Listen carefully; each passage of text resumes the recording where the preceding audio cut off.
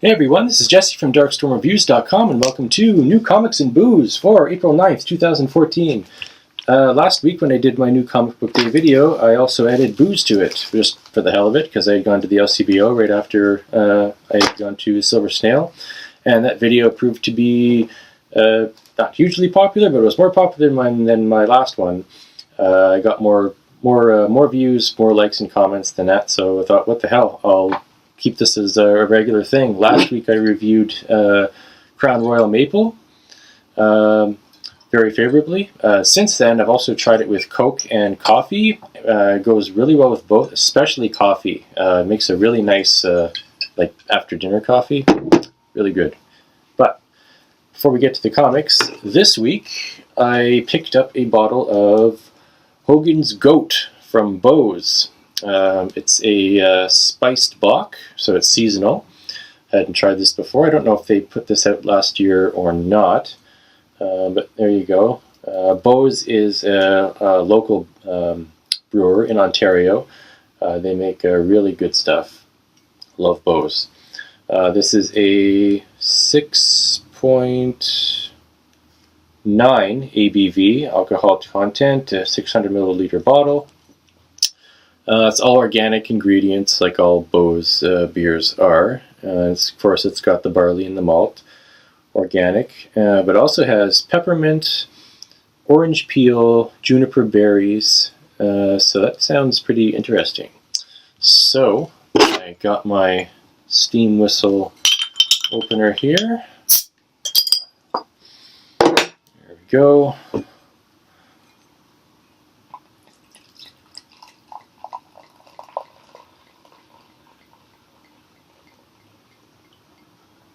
Oops, pouring a little fast there. Of course, I'm not going to get the whole bottle in this glass. Okay, there we go. Oh, it's a very nice color. You probably, yeah, you can't really see the color too well. Very nice copper amber sort of color.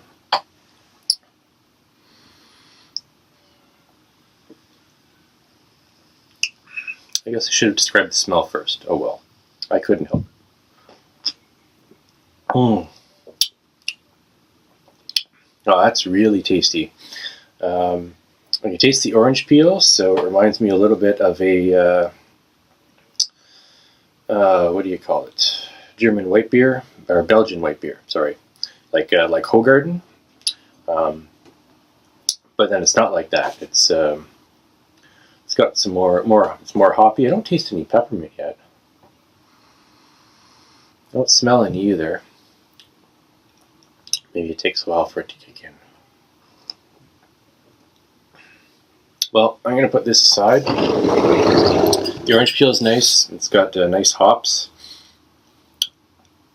Nice balance of malt and hops, I think. It's got a little bit of sweetness, not a lot.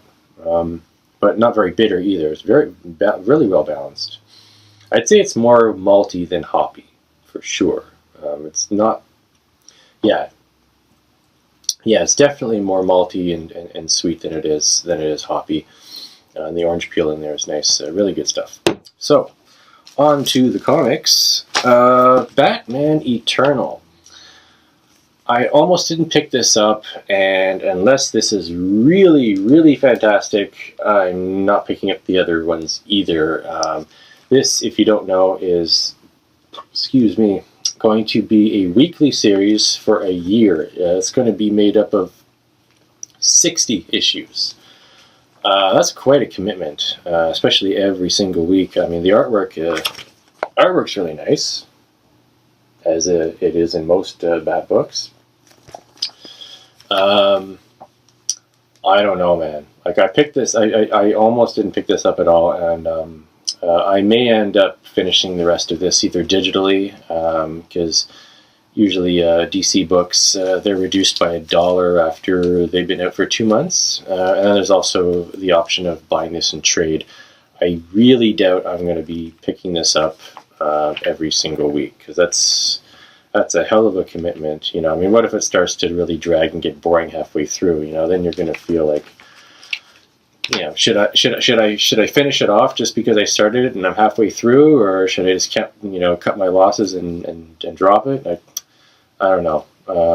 This has to be basically like a 10 out of 10, like that good, if I'm going to commit myself to a whole year of this. But who knows?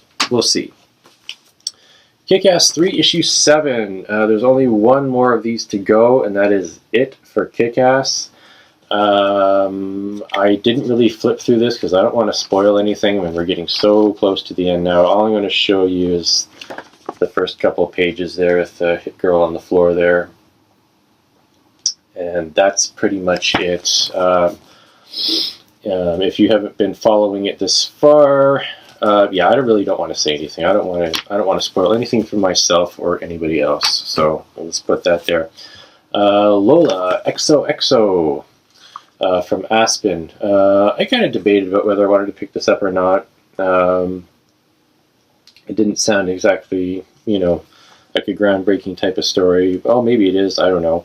I don't remember exactly what the description was. The main reason I picked this up is for the art. Most Aspen books have a really flashy, kind of polished, colorful style to them, regardless of who's drawing them. I mean, every artist is different, obviously, but they tend to be really flashy and polished, kind of looking like bubblegum, which I enjoyed quite a bit. That was really good. But the art in Lola is much sketchier, the style, than what I'm used to seeing in Aspen books. I don't know if you can really see what I mean there, if you can get close enough there. But the overall style is much sketchier and more detailed, both in the pencils and the colors. It does not look like your typical Aspen book, which is not a good thing or a bad thing. It's just different. Well, that's quite nice. Look at that. So I don't know. I don't remember if this is a limited series or if it's ongoing. I didn't look too much into this. Like I said, I thought the art was really nice and different for an Aspen book, so I picked it up. This is the subscription cover, I believe. Yeah, this is the B cover. I think it's better than the regular cover, actually. Pretty nice. So there you go. Peter Panzerfaust, 18. This is just a really fantastic series. If you have never read this, you should pick it up in trade or digital, whatever you fancy.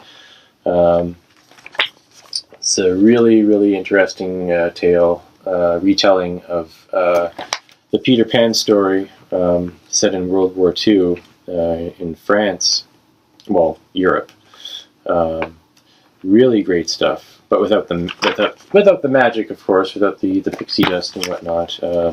It's really hard to describe this series beyond that. It is really well written, really well drawn. Can't get enough of it, really. I can't recommend this series highly enough, really. It's really great stuff. Creepy, 16. I've been picking up this regularly for a while. I wasn't sure if I was going to pick this one up or not, and then I saw Ted Nyfa, who does Courtney Crumrin, which I'm a huge fan of. Love Courtney Crumrin.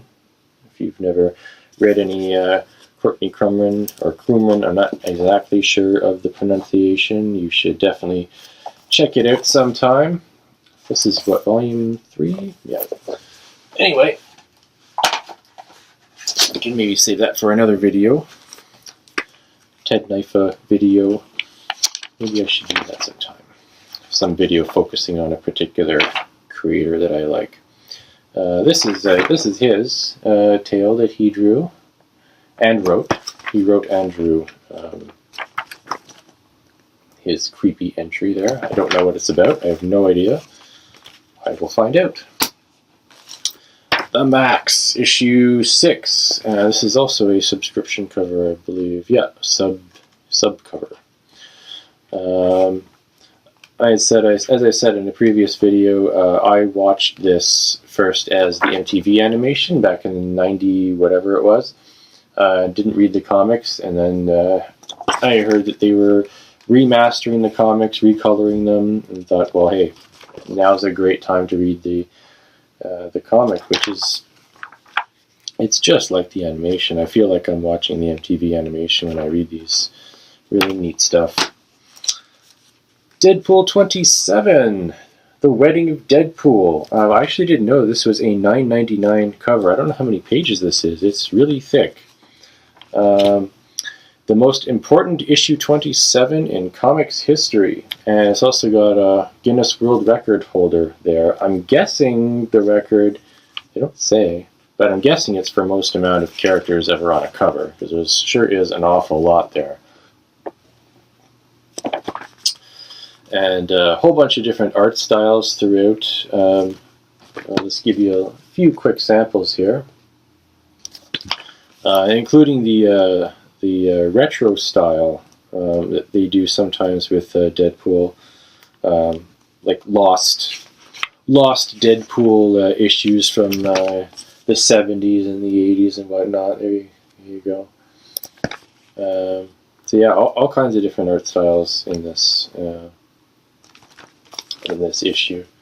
Should be interesting, should be hilarious. And lastly, Dead World Restoration issue 5. I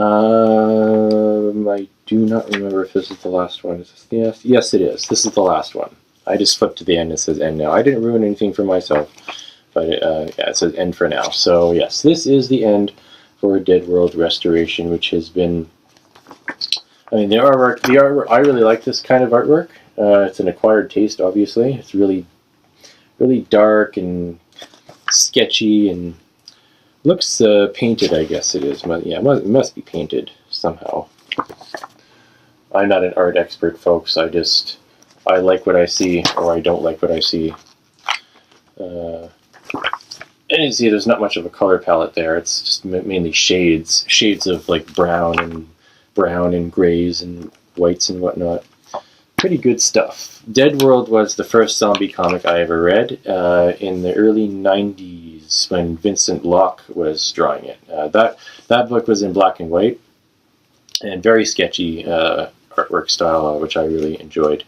I don't remember what year it started, but I started reading it, I think, around 90, 91 or something, maybe 90. I don't remember.